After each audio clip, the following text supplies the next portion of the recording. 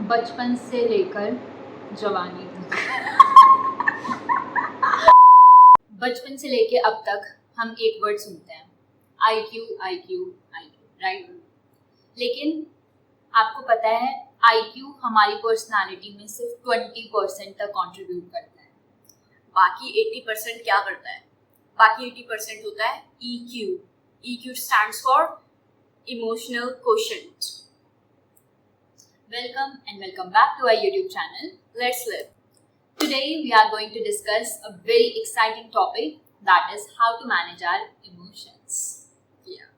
Emotions हमारे life का बहुत एसेंशियल पार्ट होते हैं और इनको मैनेज कैसे करें, हम बैलेंस कैसे करें, वो हमारा ओवरऑल जो वेलबींग है उसे डिटरमाइन करते हैं। हम अगर इसे अच्छे से मैनेज कर रहे हैं, अच्छे से बैलेंस कर रहे हैं, उन्हें रिकग्नाइज कर रहे हैं, तो बहुत ज़्यादा हमारे वेलबींग इम्प्रूव होता है।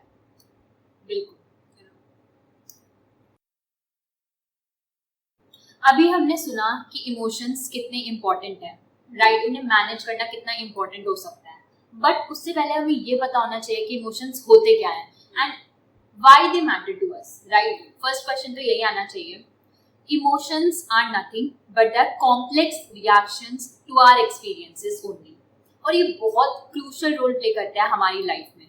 And you know it's very simple thing कि इमोशन पॉजिटिव भी हो सकते हैं, नेगेटिव भी हो सकते हैं। दो टाइप के इमोशंस होते हैं, राइट। पॉजिटिव इमोशंस में हम ले सकते हैं एक्साइटमेंट, हैप्पीनेस, और नेगेटिव में वही anger, sadness, disgust. Emotions we can say emotion ना हमारी जो इनर स्टेट है उसके इंडिकेटर होते हैं। उसको बाहर की जो वर्ल्ड है हमारा बाहर का रिफ्लेक्ट करते हैं उनको, हमारी इनर स्टेट को, और एक इंसाइट प्रोवाइड करते हैं हमारी नीड और डिज़ायर के ऊपर कि हमारी अंदर की नीड डिज़ायर क्या है।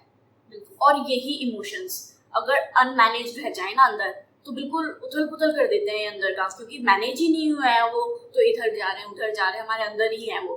And this subsequently leads to impulsive behaviour, और ये impulsive behaviour physically and mentally दोनों को नेगेटिवली इफेक्ट करता है। It does it. तो सबसे पहले इम्पॉर्टेंट क्या है, फर्स्ट स्टेप क्या होता है? फर्स्ट स्टेप है कि हम अपने इमोशंस को समझें, या how to understand our emotions. Next चीज आती है recognising our emotions. It's very important कि हमने देख लिया ये हमारे इमोशंस हैं, अब बात आती है उन्हें रिकॉग्नाइज करने की। रिकॉग्नाइज हम कैसे कर सकते हैं? रिकॉग्नाइज करने के लिए हमें इमोशनल अवेयरनेस बढ़ानी पड़ेगी, राइट। क्योंकि अभी तक होता है कि हम इमोशनली अवेयर नहीं होते अपने इमोशंस को लेकर, and that is very important. ये जो सेल्फ अवेयरनेस टेक्निक्स होती हैं, माइंडफुलनेस टेक्निक्स होती हैं, ये लाइक मेडिटेशन, या ये हमें बहुत ज़्यादा हेल्प करती हैं अवेयर होने में अपने इमोशंस के लिए। और we can take a deep breath, ठीक है, pause for a moment and ask ourselves कि यार क्या फील कर रहे हैं, ये जो इमोशन है ये असलियत में है क्या। कभी कभी इमोशंस ना होते कुछ हैं और वो दिखते कुछ हैं, तो हमें बहुत ज़रूरी होता है उस मोमेंट पे पता करना, वरना तो जो हमें ऑन फेस दिख रहा है इमोशन, हम उसके ऊपर काम करने लगेंगे तो वो कहीं नहीं जाएगा कुछ। बिल्कुल। अब आता है थर्ड पॉइंट। थर्ड है एक्सेप्टिंग आवर इमोशंस। अभी तक हमने देख लिया कि हमने रिकॉग्नाइज करा अपने इमोशंस को, राइट। एक्सेप्ट करना भी बहुत ज़रूरी है, और ये जो हम एक्सेप्ट करेंगे इमोशंस को, ये बिना किसी जजमेंट के होना चाहिए। Without any judgements we have to accept all our emotions. तभी हम देख पाएंगे कि what we really feeling, what are we really feeling, right. And ये जो हम अपनी इमोशंस अवॉइड कर देते हैं, उन्हें इग्नोर कर देते हैं, तो ये कहाँ जाता है? ये इम्बैलेंस क्रिएट कर देते हैं हमारे अंदर, इमोशंस का इम्बैलेंस। तो हमें ना क्या करना चाहिए मतलब कि क्या ज़रूरी होता है, हमें उनको फील करना ज़रूरी होता है, अपने आप को परमिशन देनी पड़ती है अंदर से कि नहीं यार, जो इमोशन है I will feel them completely. Ignore नहीं करना है या उन्हें। अंदर से फील करो हाँ। अपने इमोशंस को, तुम क्या खुल feel- हाँ खुल के एकदम फील बिल्कुल खुलकर, राइट। फोर्थ इम्पॉर्टेंट चीज आती है how to regulate our emotions. अभी हमने एक्सेप्ट कर लिया, रिकॉग्नाइज कर लिया अपने इमोशंस को, अब हम रेगुलेट करना सीखेंगे। रेगुलेशन के लिए कुछ टेक्निक्स होती हैं, वो हम यहाँ पर डिस्कस करें। First we can practise deep breathing.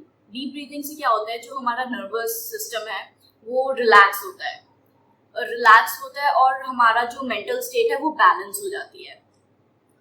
Okay, हाँ एंड नेक्स्ट चीज जो हम कर सकते हैं is indulging ourselves in physical activities.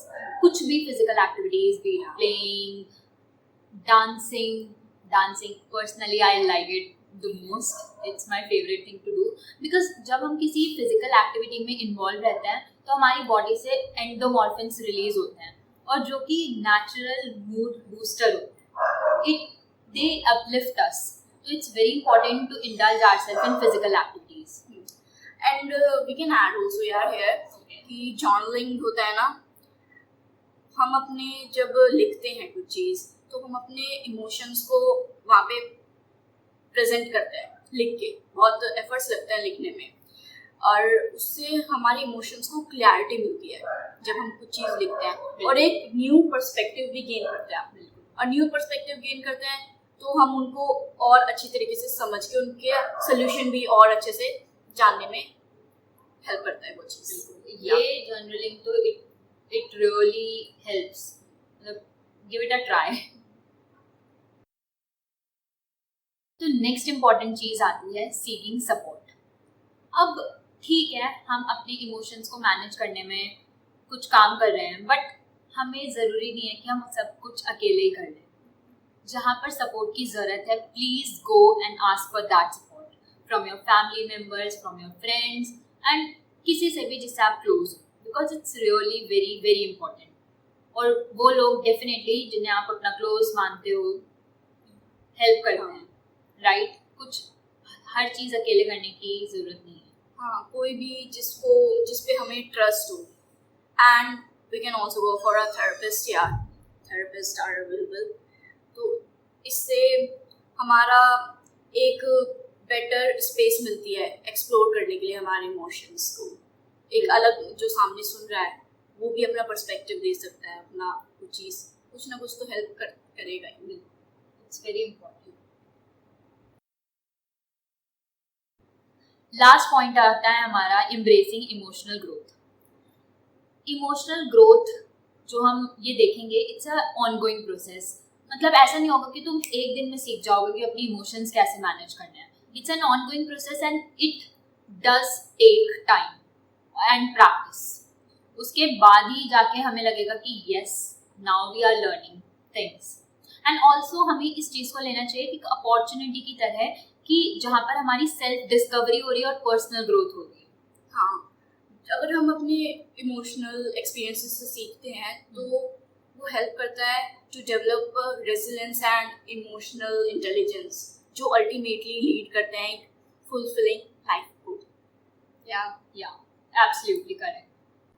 Remember, emotions are natural part of human being और उनको एक्सेप्ट करना, रिकग्नाइज करना और उन्हें रेगुलेट करना हमारी बैलेंस लाइफ को लीड कर सकता है, फुलफिलिंग लाइफ को लीड कर सकता है। बिल्कुल। तो ये थी हमारी वीडियो कि हम अपने इमोशंस को मैनेज कैसे कर सकते हैं। वी होप कि ये वीडियो पसंद आई होगी आपको। Keep shining, keep growing, keep healing. Thanks for watching. Bye.